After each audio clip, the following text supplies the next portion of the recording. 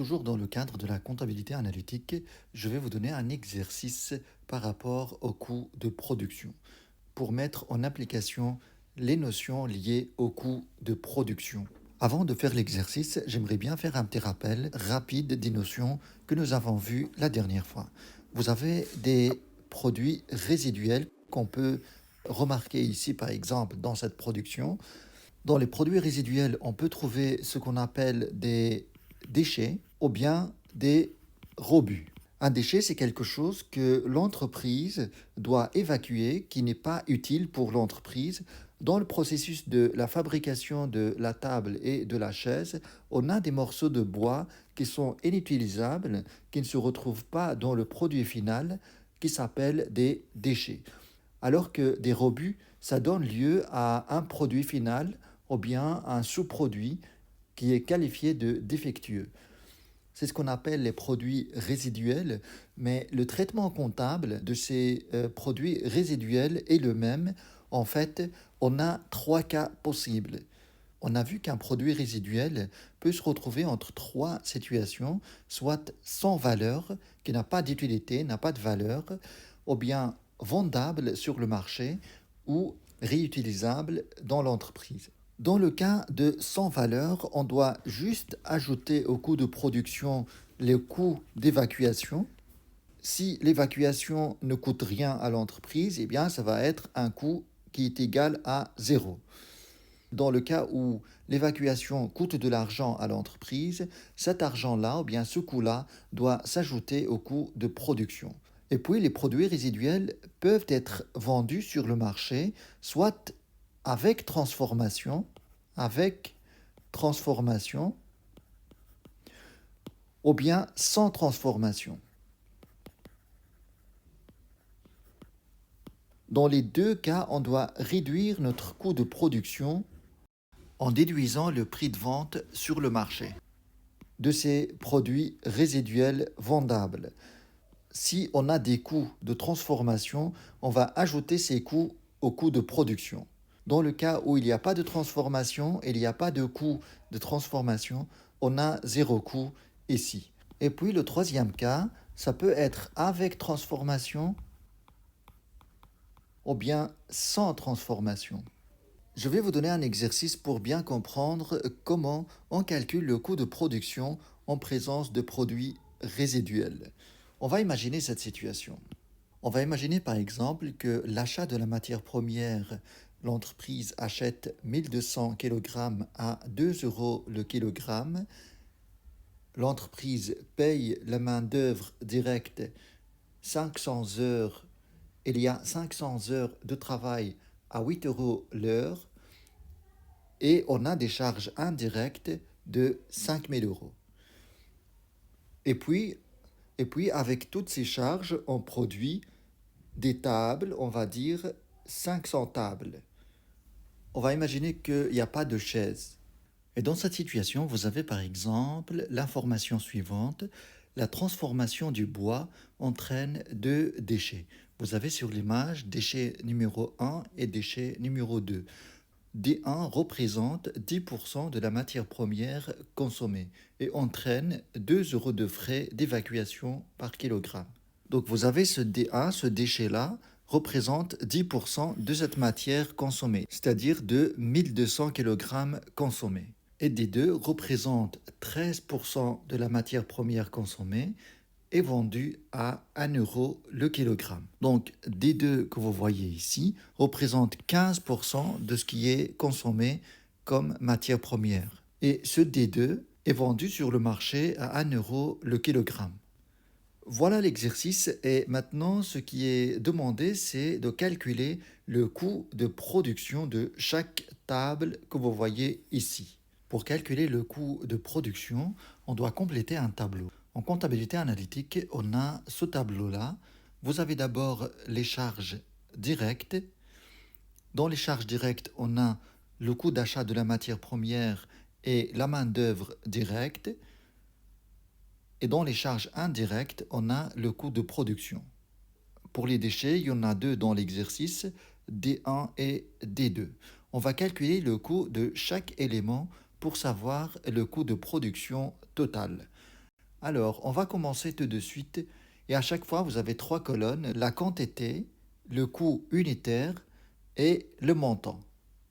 On va commencer tout de suite par la matière première. La matière première, on a l'information ici, vous avez 1200 kg à 2 euros le kilogramme. Donc on va juste noter cette information dans le tableau. On va venir à notre tableau. On a ici la matière première, 1200 fois 2 euros le kilo, ça donne 2400 euros au total. Voilà le coût de la matière première. Maintenant, la main-d'œuvre directe. La main-d'œuvre directe, c'est les travailleurs affectés directement à la section production que vous voyez sur l'image. On a quoi? On a 500 heures de travail à 8 euros l'heure. On va noter ces informations. Vous avez 500 heures de travail à 8 euros l'heure, ce qui fait 4000 euros pour la main-d'œuvre directe. Et dans les charges indirectes, qu'est-ce qu'on a dans les charges indirectes? On a ici l'information pour les charges indirectes. On dit que les charges indirectes pour la section production, il y a 5000 euros. Donc on va simplement noter ici 5000 euros. Maintenant, on va venir à l'information la plus importante, les déchets 1 et 2. Alors, on va commencer par le déchet numéro 1. Donc, le déchet numéro 1 doit être évacué de l'entreprise et cette évacuation coûte de l'argent. 2 euros de frais d'évacuation par kilogramme. Il y a combien de kilogrammes? On ne sait pas directement combien de kilogrammes il y en a, mais on a l'information qui permet de déterminer combien de kilogrammes il y en a dans les déchets numéro 1. Donc on a ici 10% de la matière première consommée. La matière première consommée, c'est 1200 kg. 10% de 1200 kg, ça fait 120 kg.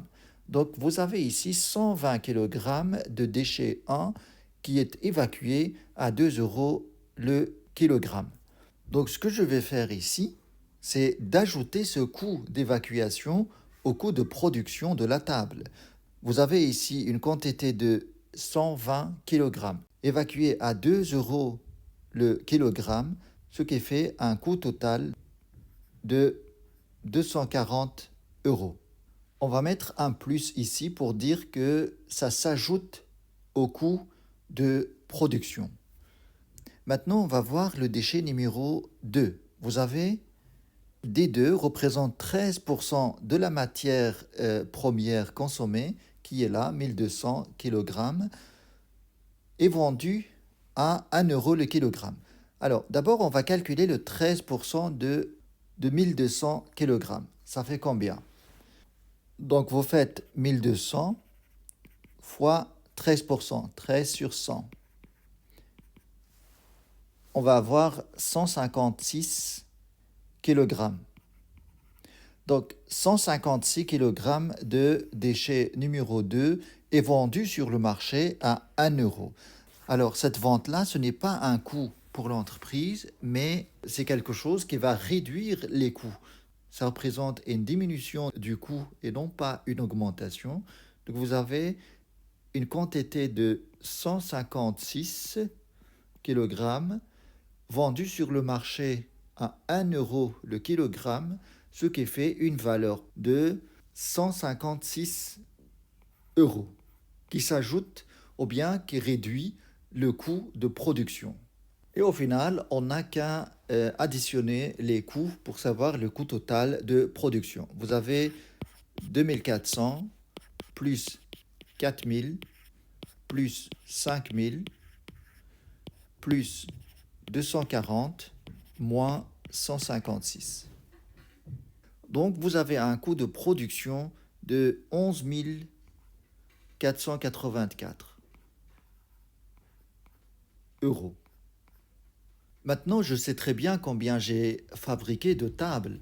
J'ai fabriqué 500 tables. Donc dans la quantité, je peux mettre ici 500 tables. Et pour savoir le coût unitaire de chaque table, je vais simplement diviser le coût total par 500. Ça donne le coût d'une seule table. Ça coûte combien une seule table? Donc j'ai la calculatrice ici, je peux calculer ça. Donc vous avez 11 484 divisé par 500. Ça donne un coût moyen de 22,968 euros par table. C'est à peu près 23. C'est à peu près 23 euros par table.